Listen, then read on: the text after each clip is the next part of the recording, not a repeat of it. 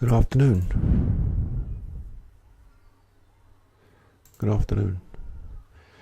Yeah, just checking I'm recording here. No, okay, I'm recording, okay. I thought there was going to be a little countdown. I didn't see a little countdown, so I was a bit worried that the recording wasn't going to be working, you know. Okay, so what I'm going to try and demonstrate here, I mean, I'm pretty sure it's going to be a pretty good demo. It's this thing called retroReader, which is a AutoHotKey script that does some amazing things with Reader, the program, hence the name retroReader. The name retro comes from the fact that it's made specifically for people like myself who basically want to relive their retro days in their, you know, old school kind of way, want to play games in their old computer. But what this does is it basically kind of tricks your brain into thinking that rather than sit down and read a boring PDF, you're actually going to go through some nice retro games and go, you know, reminisce on the old times at school playing with your friends and all that, and then make you forget that you're reading this boring PDF about whatever it is you're trying to learn. And that's the beauty of it. Okay, so now I'm going to show you how it works. I mean, I think it's pretty good at the moment. It's all good because this Reader DC, which is a fairly recent version, and it's a Windows 7 what I've got here, so it's not the latest thing around, but it's, you know, I like it, and it's reasonably up to date. Normally what you get in Reader is this kind of thing, don't you? You can scroll with a mouse, you can, you know, I can make it full screen, and okay, so I can go up down the screen like this. What this does is basically just makes all this a lot nicer. Right, so what I'm going to do is I'm going to get out of here. To start the thing, you just run it wherever you've got it. I've got it set up, this icon, I've got it set up on my taskbar, so I'm just going to, because Windows allows you to press Windows key and then one of the number keys, 1 to 9, 1 to 0. That's what I'm going to do. I'm going to press Windows keys, and in this case 4.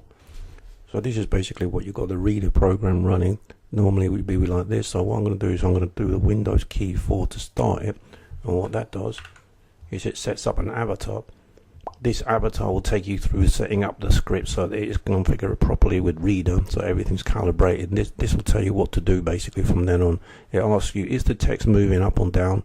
All it is that text moving in up direction or down direction? Then you simply roll forward, or in this case it's up, so I roll backwards in the mouse, and that will tell the program what kind of thing Reader's up to and calibrate it.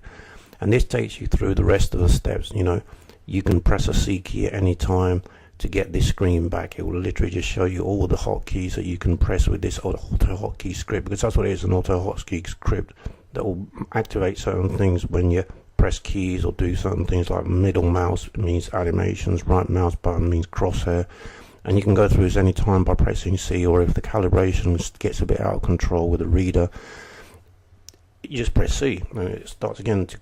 To quit, just press Q. So basically the first thing it does, it adds this thing called like Inertia Scrolling. Because I've got the screen capture on it, it's not as smooth as it would be with no screen capture. But one thing that you might want to try and check is in your Reader preferences, there's a setting under enhanced security. I'm not going to do it now because it will kind of mess it up, but if you go to your Reader preferences, there's a thing called enhanced security.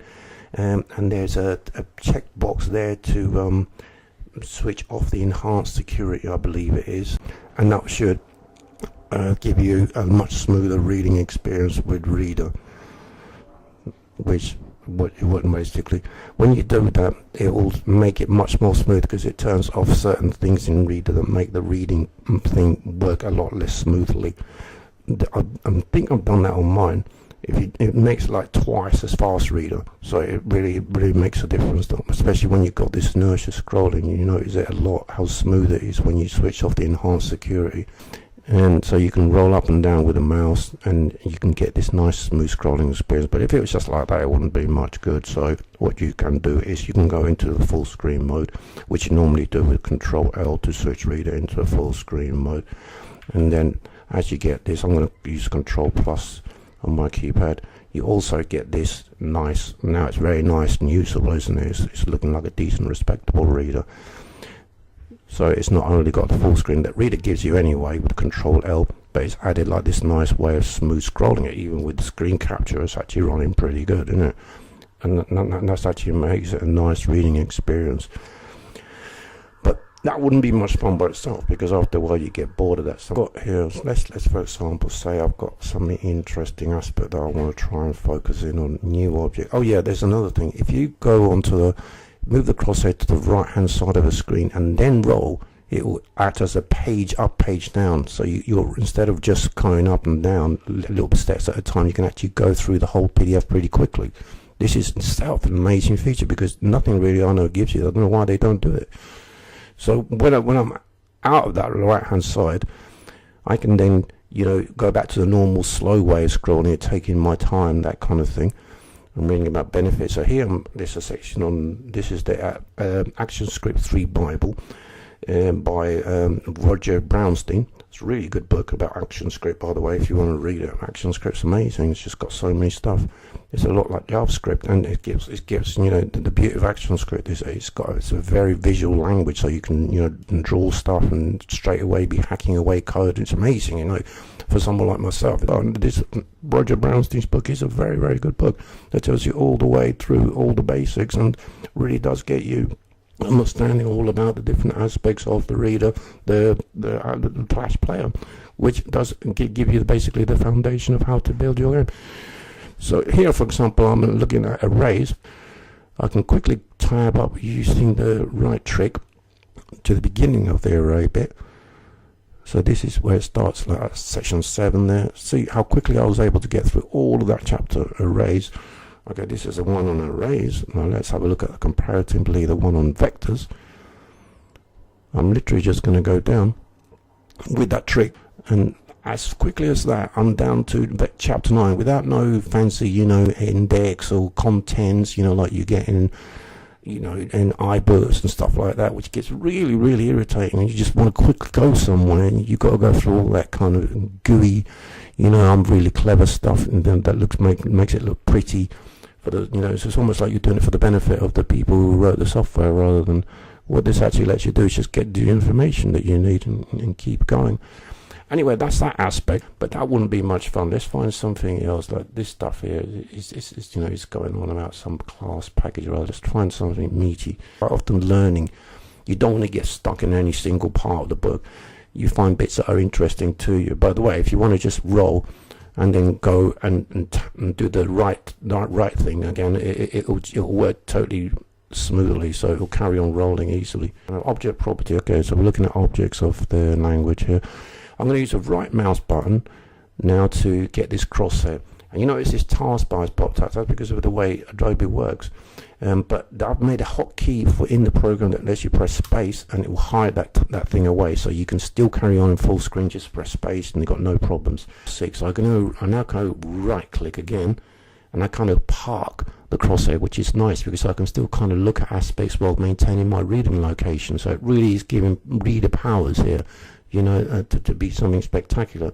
Now I want to carry on looking at this one. Shape stroke weight equals 2. Interesting. It's a property. I'm trying to set a property here. So let's now say I'm getting right click again and to unpark it, and then right click to park it again. I'm getting a bit confused now, so you know, I don't know, I might get stuck here. So if that happens, I can now press the middle mouse button, and it will show me like a little animation. The first time, there's a little warning here, the first time it does this, it won't work right. You've got to do it twice before it actually gets the position right. And the first time this little bar appears, it appears off center. It should be appeared in under the crossbar, but you can easily change that. Right click again. I might try and fix that, I don't know, but anyway, this will show the second time it always works. I fixed it so it works the second time, I know that. And then right click there, and then middle click, and that works properly now. So I've right clicked and middle click combination. First of all, the right click, you know, unpark it again, I get my thing, park it again, and then when I middle click, it always works. Oh no, it doesn't always work, I'm talking crap. You have to trust me on this one. I'm going to have to try and fix those bugs, but I think that what it should have done is to put the little taskbar, little kind of status bar underneath the crosshair. It didn't quite, but let's see, it kind of updates the position too much and gets it from where the mouse currently is. I thought I'd fix that one. So it should work like this. So when you press the right mouse button, it parks the crosshair, and then the middle mouse button will again give you that status bar.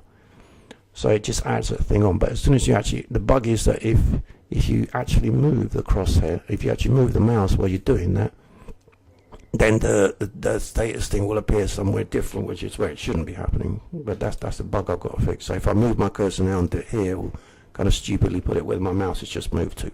That's a bug I've got to fix. But apart from that, that's the way it should work. And when I get the bug fixed, you park it with the right mouse button, and then when, regardless of whether you moved your cursor or not, it should put the status bar underneath the cursor. So this is how it would work. If you did move the mouse, it wouldn't matter. That bug should be sorted out. Is that one is not working? But this is very efficient now. So what you've got here is an animation happening that's like from a retro thing that also shows you the time in a nice friendly format, the year and the complete date.